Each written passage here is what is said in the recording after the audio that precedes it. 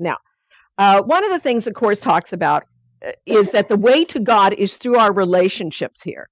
And the Course stresses our peer relationships. So no doubt about it, we are all finding, the Course is unique in the fact that it focuses on our peer relationships. So it's saying we're going to find God in our peer relationships, but as much as we're going to find God, if we're going to be stumped by him, it's going to be in our peer relationships.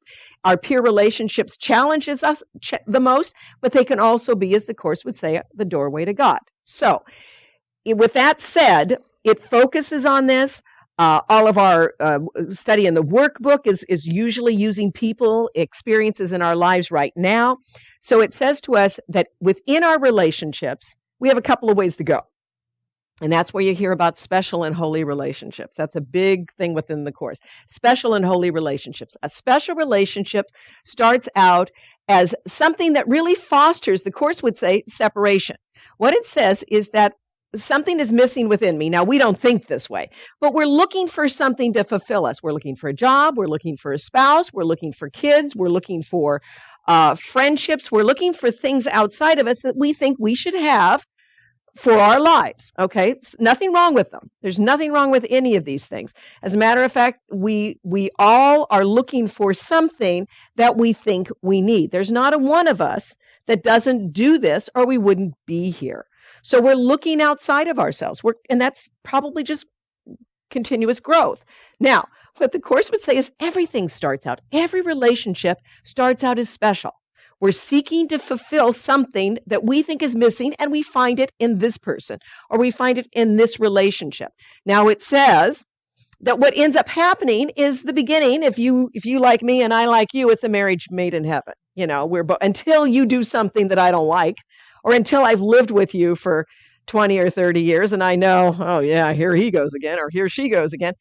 So we know that relationships can change over time. What starts out as wonderful can become difficult.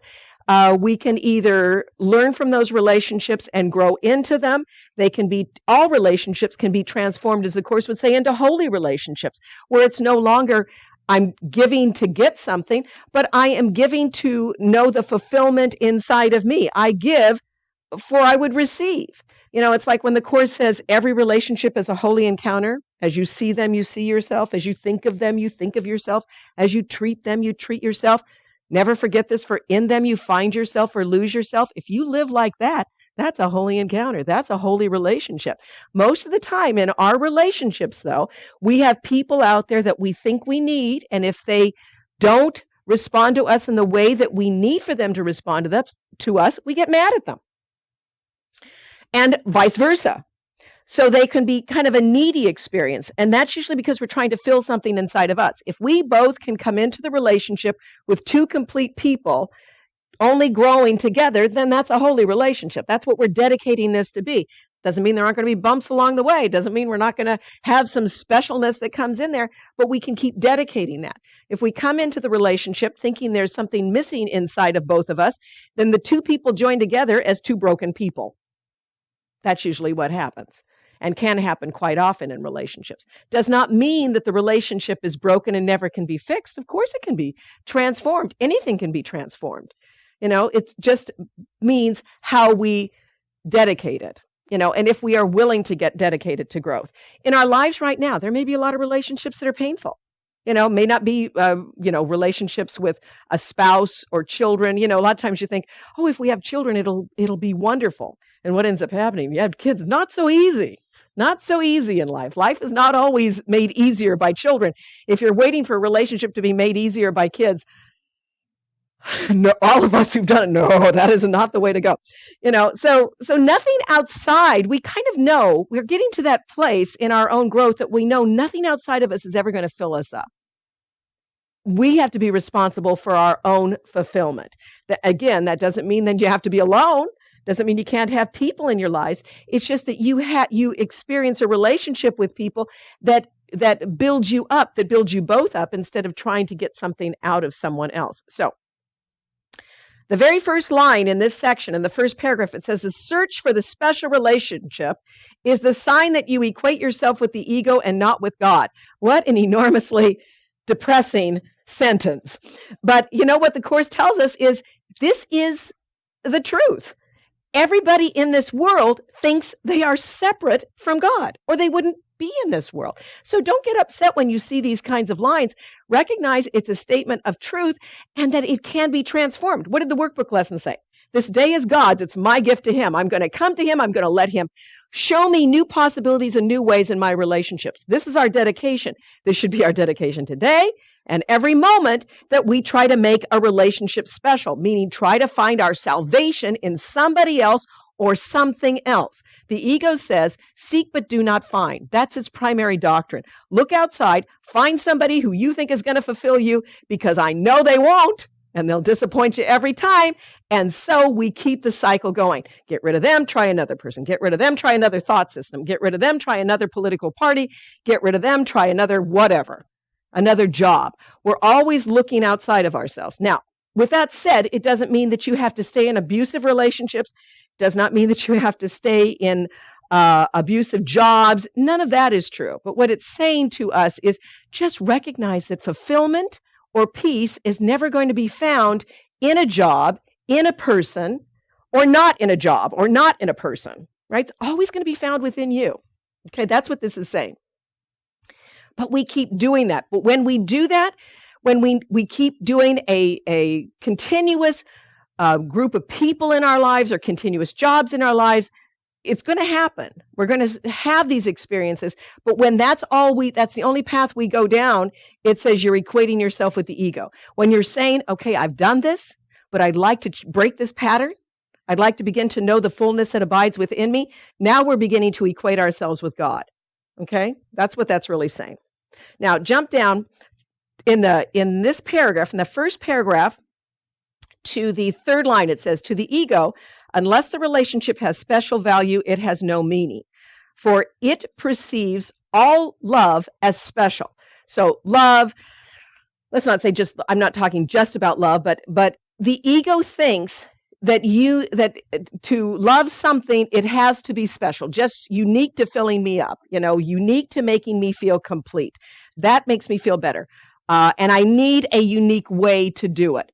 But God would say, in love, look at the second paragraph, love is freedom. To look for it by placing yourself in bondage is to separate yourself from it. To God, love is not bondage.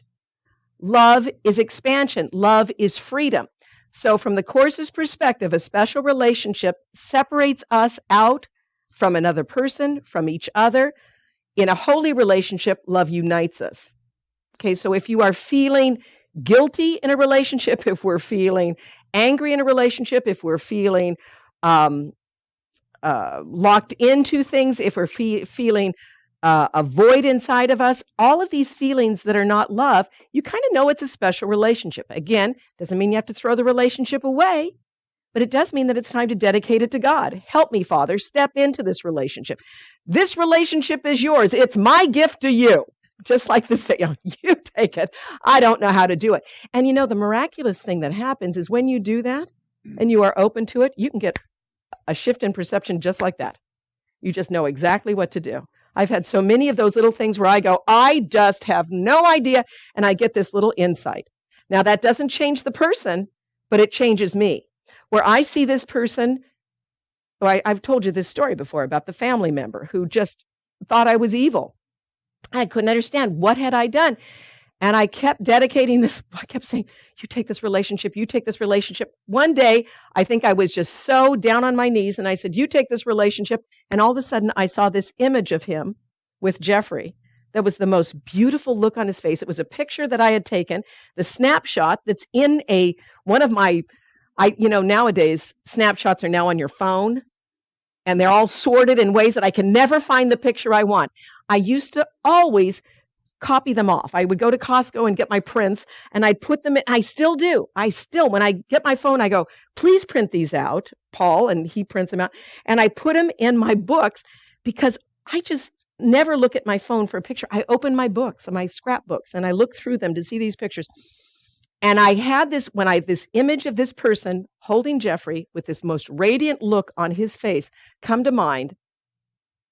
It was as if my mind had taken that snapshot, that was in my scrapbooks, and it recalled it to me so that I could see the beauty of this person's face, the innocence in this person's face while he held Jeffrey, who at that time was, I don't know, just about 9 months old or something, very, very little. He was just had his little arms around his neck, and like I said, this person's face was just so radiant.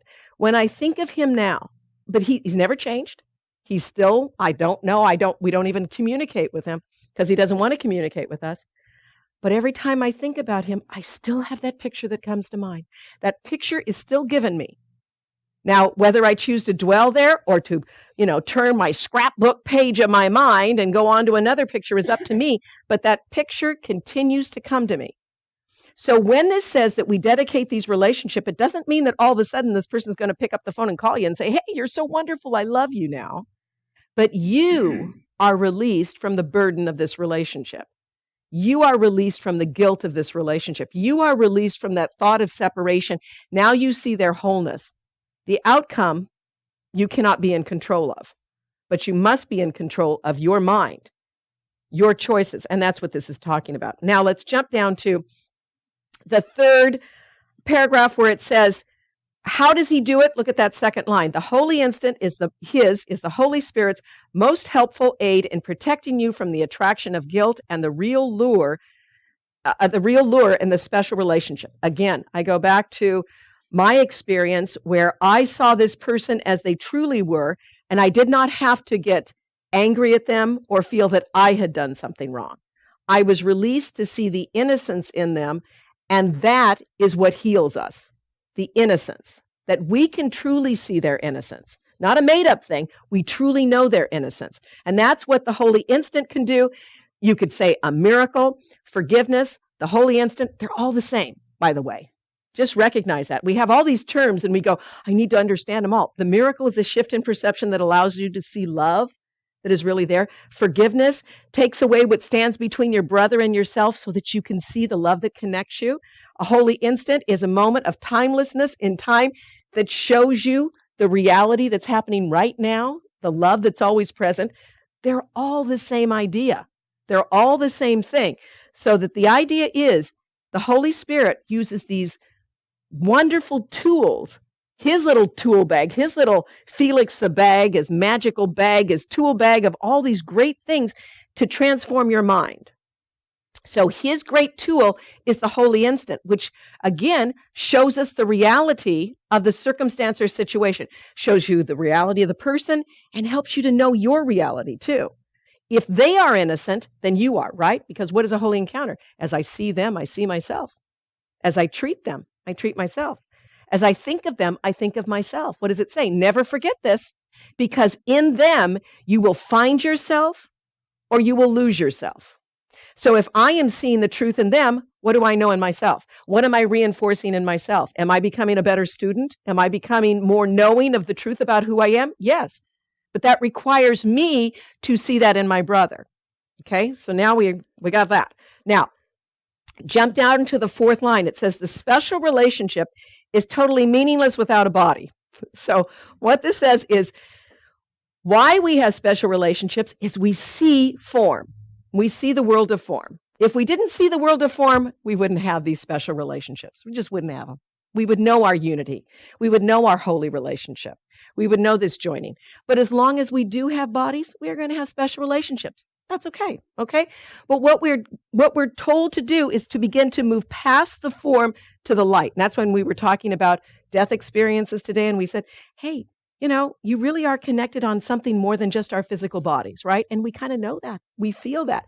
And so that's what the idea is here, is we wouldn't have special relationships if we didn't have form, if we didn't believe in form. Okay, so what does it say? We want to move past that, but we don't know how to move past it. But the part of our mind that shares its thought with God, the Holy Spirit, can move us past that, can help us to see as this section says, the great rays that abide within us, the great rays that abide within all of us, the light that abides within all of us, the truth that abides within all of us. Okay, now jump down to, we're getting there. Jump down to the sixth paragraph, and this is where we get kind of an interesting perspective.